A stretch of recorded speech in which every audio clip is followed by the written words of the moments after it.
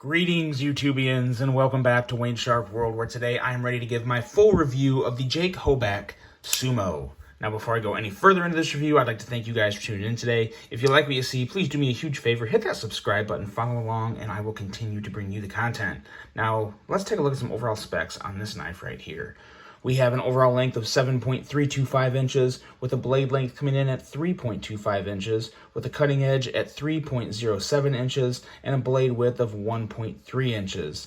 The blade thickness is 0.15 inches. That blade material is none other than CPM 20CV, sporting a very nice reverse Tonto style blade with a flat grind, a 4-inch handle length, with the handle thickness coming in at 0.57 inches. Handle width coming in at 1.2 inches.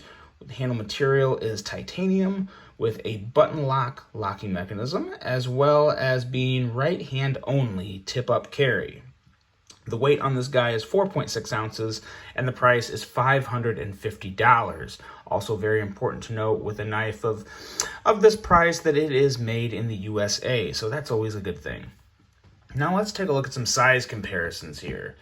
This is I would definitely say a medium-sized knife. Let's start off with a couple budget offerings. We have the Best Tech Texel from Adam Purvis and Best Tech, and we also have the CRKT Pilar 3 by the one and only Jesper Voxness and CRKT. So as you can see, it's really not a very long knife. A little longer than the Pilar 3, but not as long as the Texel. And the Texel isn't really a big knife. I would also consider this a medium-sized knife. So definitely not much in length, but what it doesn't have in length, it makes up for in girth. And yes, we're still talking about the knife. Let's take a look at the Giant Mouse Ace Biblio, as well as this is the knife that everyone is going to be comparing it to as far as action, just because it's a button lock, and that is the ProTech Malibu. Now, when it comes to overall length, the Malibu is a little longer, but there is some, I don't know, the Ergos are very different too. I guess it really doesn't have a whole lot more in common with it other than the fact that they're both button locks, and in my opinion, both really good button locks. So definitely worth noting, and we will be referring back to the Malibu at a couple points in this review. Now, let's talk about just this blade right here, because it is a very unique blade, and it has some very unique features to it that you don't see on a lot of other knives. And we'll just start off with the shape. I mean, unique really is the word for it. I can't ever think of another blade that looks quite like this. Very, very attractive. Surprisingly slicey. The edge on this guy comes down to 13 thousandths right behind the edge, and that is super thin. I gotta find a way to better show you guys the thinness behind the edge, because just looking at it behind the camera is kind of hard to get a good perspective of it. You have to really kind of, of course, move your fingers down to the edge and really feel it. But in all honesty, and some people may roast me over this, but it kind of reminds me of a Shirogorov on this fact alone.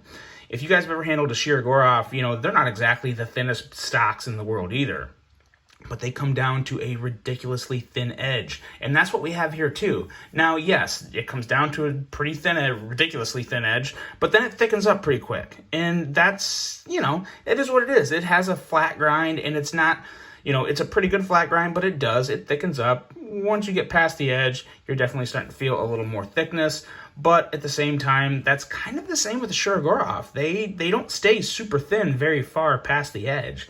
They thicken up as well, but they're still extremely slicey blades. And that's really what this is. The only thing that's kind of holding this back from being a true slicer is, of course, this milled cutout area here.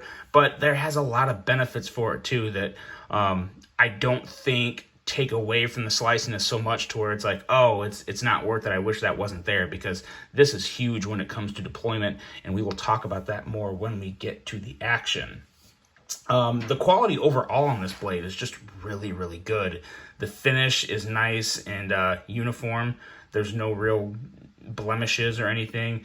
Has a very nice, it's kind of like an acid stone washed finish, which I really like, especially as much as you manipulate this blade while you're deploying it and working with it. I wouldn't want the satin version just because it would be finger smudge, blah, blah, blah, blah, blah, finger smudge central. Say that 10 times fast. But I really do like the finish on this. I like the way they got the bronze working in with it and the black. Just very nice. Now the thumb studs on this guy are definitely something that take a little getting used to, because they have a certain angle that you have to work with. But once you get used to that angle, they work very well, and I love the way they come and meet the back of the knife, and they just look really, really good. The blade overall, to just kind of wrap it up, on top of being unique, it's a very strong blade. It's wide all the way up to the tip, and that tip actually comes down to a pretty nice finish. I mean, this is not, I still wouldn't even call it super dainty though, because it's still pretty wide, going all the way up to the tip. So I like the way Jake did that. I like the little swedge up there. I don't know if it does much, but just nice strength to this blade, which is always a plus. Now going completely into the handle and ergos, the ergos are actually really good on this knife. Don't be misled. There's a lot of people that say this pocket clip is a massive hot spot, and it can be. It can be. But in just this standard grip right here, it feels great. The clip, like I said in my unboxing, it goes right in to the crease of my hand, and I barely feel it at all. Zero hot spot for sure. But the problem is when you move from that grip anywhere else. The hammer grip right here, I'm feeling that. When you hold it in the hammer grip, like really high up in your hand or close down in your hand, I guess, you do start to feel that clip, and it can be a bit of a hot spot. As you can see, there's kind of a little pressure mark there. But at the same time too, all you really have to do is just reposition your hand a little and just kind of find that happy area. I guess hold it in the regular position like this and then move down into a hammer grip, and it's not quite as bad. It definitely takes some moving around and just finding that comfortable spot, because you really do have to kind of work around it, so it can be a hot spot. But to be totally honest, me personally, I don't ever plan on, holding it in this position. This is all I need to use this knife on a daily basis. Like, this is plenty good enough. I don't need anything more. For as much as I spend on this knife and the things that I do on a daily basis, I'm just not going to be doing anything that crazy with it. Am I going to be using it? Oh, you bet your butt I will. But I'm not going to be, cutting carpet or the most hardest thing I'll be cutting through with this is probably cardboard. And I don't think you really need to always use that hammer grip to cut through cardboard. I mean, this right here, it's gonna cut through cardboard really well, just like that. So that one grip position that works really well is enough for me personally. It depends how much and how often and what you guys use your knives on. So that's really going to come down to user preference. But overall, I think the ergos are really good, considering I'm just going to use that one standard grip. The button is in a really great location, which I think at this point, most manufacturers and most makers kind of have the button location down. It's in a great place. It's not going to be in an area where you could accidentally engage it and either close the blade or have it open in your pocket. And it's also not sticking up too high. It is sticking up a little, which makes it easy to get to, but it's not sticking up too much to where I'd worry about, pushing down on it. You definitely have to make a concerted effort to push it to close the blade. So no real issue there. I also like the detail on it. It's got the little milled circles, which I think look good. And I'm glad they didn't do something stupid with the color of this button. I've seen some other knives with some type of button, whether it just be for closing or whatnot.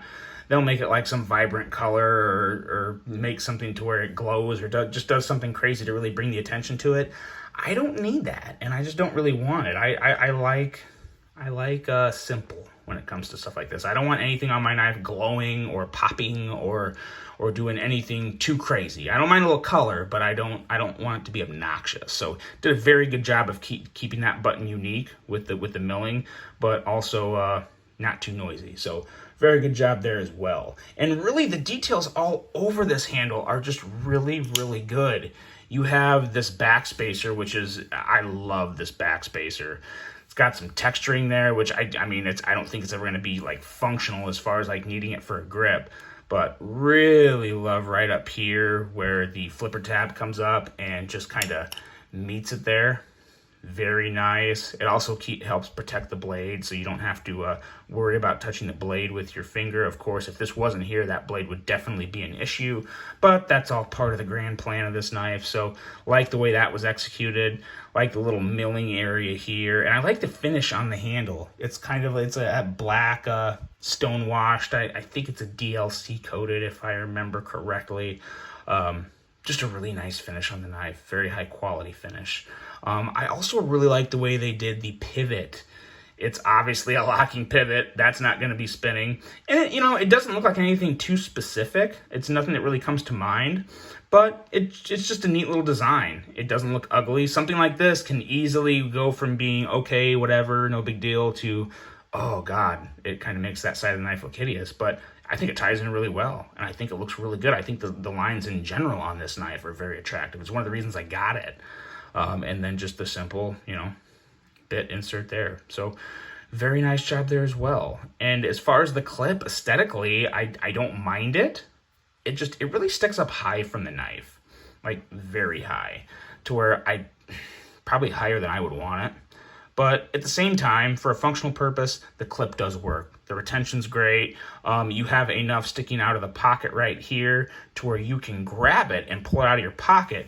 And this is a feature, I don't know if many people know it. If you actually watch Jake's video on YouTube of him kind of talking about this knife, these thumb studs also work as a deployment method, kind of like the Emerson Wave Opener. So you kind of pull on it, and as you're pulling it out of the pocket, you have to twist it this way, and it'll catch the blade and pull it out. It's hard to do on camera to like reenact it, but as you're pulling it out, your pocket catches it and it pulls the blade open. And it does work really good. You have to make a concerted effort. This is not something you're going to do accidentally, and that's something he wanted to point out in his video.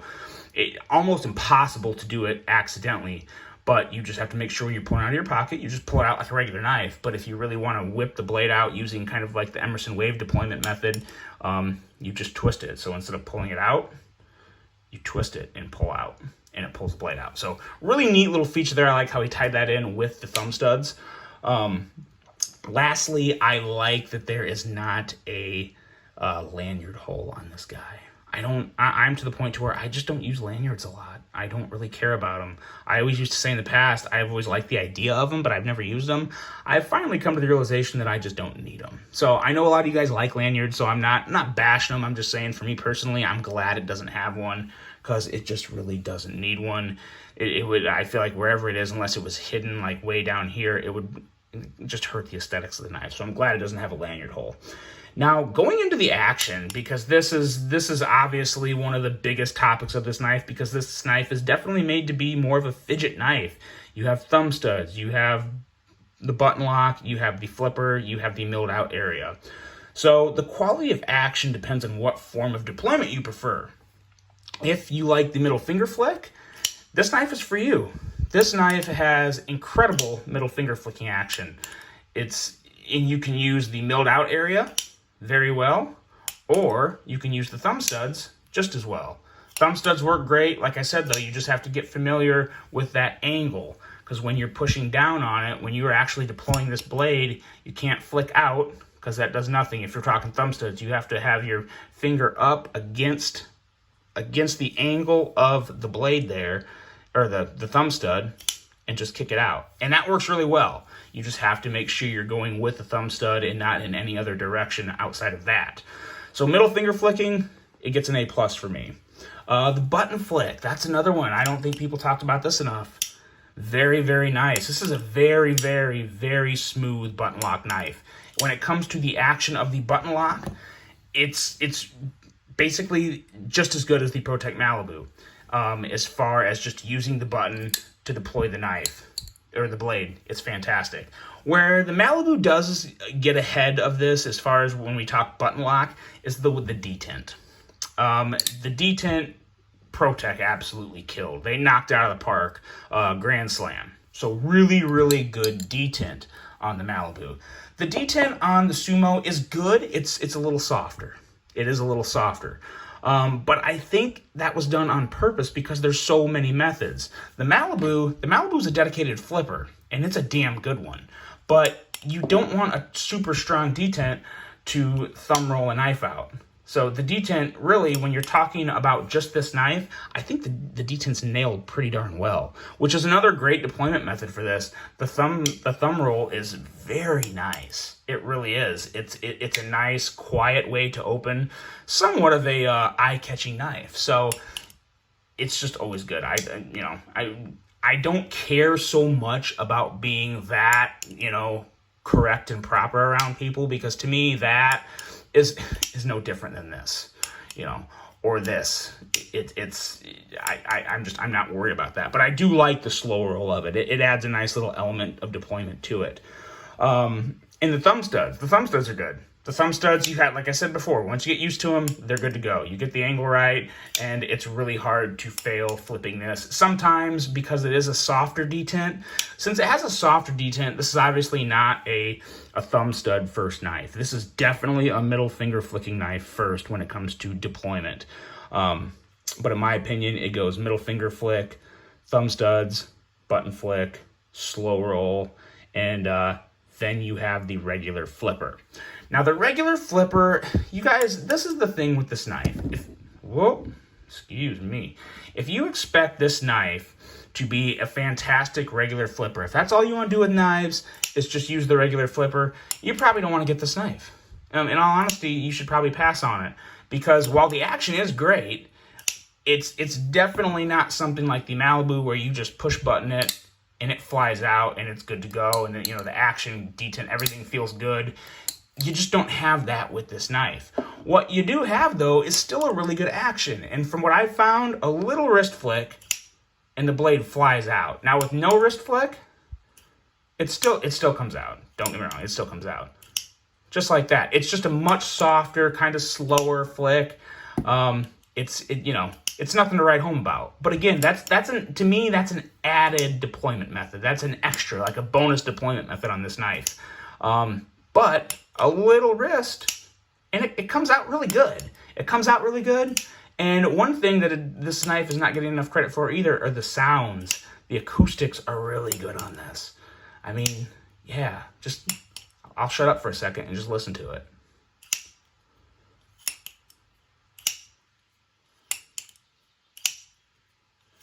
Has kind of a nice thunk to it. I like it. I like it a lot. So overall, the action, in my opinion, is pretty damn great. I mean, I don't have any issue with it, especially after you have some time to work with it and get used to it. The middle finger flicking really is fantastic. I mean, I'd almost put it in the top 5. I may put it in my favorite top 5 middle finger flickers. It's really, really good. And the button lock is always a fun fidget aspect. Guillotine drop shut, super, super smooth button closing.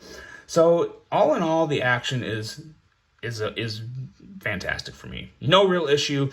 Could they make the flipper tab better is the ultimate question. Yeah, they could, but then you lose that aesthetic you have on the back. I love the way that looks without a flipper tab bulging out. I like that. And so I'm fine with the flipper tab the way it is. It works good enough. Plenty good enough for me. Overall thoughts. At first, when I first got it, I wasn't sure if this knife would be sticking around, because it's one that holds a pretty good resale value, and for good reason, because it is a great knife. That is my overall thought on this knife. It's a pretty damn great knife. It has excellent quality. It has this very strong fidget action, or fidget factor to it, for many different ways. And it's just comfortable. It really is. You hold it like this, it feels great in your hand. And there's no debate. I mean, everyone has different hands. If you have, no offense, but if you have fatter hands, thicker hands, you're going to feel that more, because you're going to have more, pudge there, more, it's just, that's just the way it is. But for me personally, I think it feels great. And I think a lot of other people are going to think it feels pretty good too. I think a lot of people are probably just on the fence like I was with this. So they waited so long, and now they're sold out just about everywhere. And I tell you what, knives don't sell out by accident. They sell out because they're desired, and they're usually really darn good. If a knife is not good, word usually gets around quick enough to where they're sitting on shelves for quite a while. So you don't have that with this. As a matter of fact, it may be sold out everywhere. There may be a place here or there where you could grab one, but I haven't seen them. So I'm glad I picked this up. Ultimately, it is one that I would recommend to anybody, as long as you're not looking for a dedicated flipper. If all you want to do is just do the regular flipping method on knives, you probably want to look somewhere else.